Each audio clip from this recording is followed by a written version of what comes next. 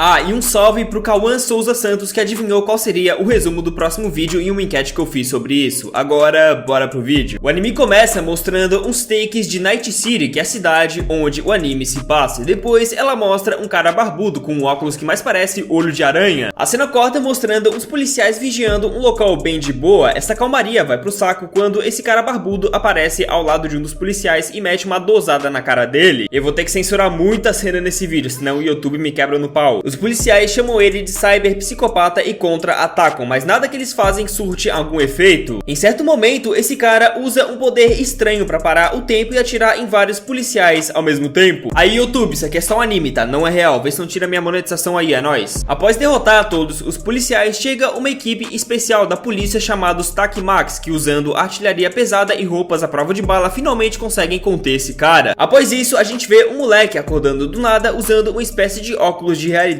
virtual. Na verdade, nem sei se é isso porque não dá pra ver direito. E conversando em uma ligação com um Reaper Doc. Pra quem não sabe, Reaper Doc são como se fossem mecânicos de pessoas, porque a história se passa em um futuro onde existem implantes cibernéticos que os humanos podem usar. E os Reaper Docs são tipo médicos do futuro que implantam essas coisas nas pessoas. É mais ou menos isso. Logo após isso, ele conversa com a mãe dele e pede pra ela pagar a máquina de lavar que tinha parado de funcionar. E depois da conversa, ela manda ele pra escola. No caminho, a gente vê diversas situações perigosas acontecendo em plena luz do dia, como assaltos e pessoas bêbadas, mostrando que a situação da cidade não tá nada boa. Em certo momento, o protagonista, que até então a gente não sabe o nome, vê uma mulher estranha e quando ele chega mais perto pra ver quem era, ela desaparece. Na escola, a professora reclama que o David não tava usando o uniforme correto, mas ele disse que tinha botado pra lavar. David é o nome do protagonista. A professora, que mais parece um robô estranho, pede pros alunos colocarem seus óculos pra entrarem em uma simulação, mas o óculos do David dá problema e frita os óculos de todo mundo, causando uma pane no sistema. Ele é chamado para a sala do diretor com a sua mãe e o diretor diz que ele usou um programa pirata para atualizar o óculos sem pagar. No caminho de volta para casa, o David diz que estava pensando em largar a escola, mas a sua mãe começa a chorar dizendo que se matava de trabalhar justamente para ele ter uma boa educação na escola. Após um tempo conversando, surgem dois criminosos atirando na limusine ao lado do carro da mãe dele, quase acertando os dois e fazendo eles baterem em um carro à frente, causando um acidente. Até rimou. Quando o David acorda, ele vê a sua mãe no lado de fora do carro e fica aliviado quando vê a Trauma Team chegando, mas eles escaneiam o David e a mãe dele e não socorrem eles, dizendo que eles não são clientes. Trauma Team é a equipe médica da cidade, pelo visto só quem é cliente deles é atendido, mas eles acabam sendo atendidos em outro lugar. O médico então diz que a cirurgia da sua mãe foi um sucesso, mas que ela ainda não acordou e entrega as coisas dela junto com as despesas hospitalares pra ele. O David então tenta vender algumas dessas coisas da sua mãe pra aquele Reaper Doc, mas desiste porque o cara queria pagar muito barato. Ele pesquisa sobre o que estava vendendo e descobre que era tecnologia militar sem identificação. No dia seguinte, a caminho da escola, alguns alunos da classe dele param ele e começam a provocar ele, dizendo que ele não era bem-vindo na escola. Eles começam a falar da mãe dele e ele fica tão puto que tenta atacar um desses caras, mas ele apanha porque o safado tava usando um implante de Kung Fu. E pra piorar, ele vai pro hospital onde sua mãe tava internada e descobre que ela tinha falecido. E todas as despesas e dívidas dela, como a da escola e do aluguel, tinha ficado pra ele pagar. Ele quase fica maluco com essa situação e decide ir até o Reaper Doc e pedir pra ele implantar aquela tecnologia militar no corpo dele. O doutor diz que a pessoa precisa ter uma boa estrutura física pra aguentar, e o David vai embora pensando que ele não iria colocar, mas o doutor faz ele voltar e diz que implantaria sim aquela tecnologia militar nele e que pegaria essa tecnologia de graça quando o David viesse chorando pedindo pra ele tirar por estar queimando seu cérebro. E o que você acha que foi a primeira coisa que o David fez com esse poder novo? Se você falou se vingar daquele aluno safado que bateu nele antes, então você acertou. Após isso, o diretor da Arasaka, que é a empresa da qual a escola faz parte, fica sabendo do protagonista e o seu secretário diz pra ele que aquela tecnologia que ele tava usando era a mesma que aquele cyber psicopata do começo do anime tava usando quando atacou os policiais. Mas diferente dele, o David não teve efeitos colaterais. O diretor então diz pra chamarem ele de volta pra escola com o intuito de usar ele como cobaia de teste de tecnologias. Mas quando o David recebe uma ligação sobre isso, ele desliga na hora. Quando ele pega o metrô, ele nota mais uma vez a presença daquela mulher estranha de antes e vê que ela tava roubando implantes de pessoas no metrô. Ela tenta roubar um implante dele, mas ele usa seus poderes pra parar ela, mas ela acaba botando ele na parede,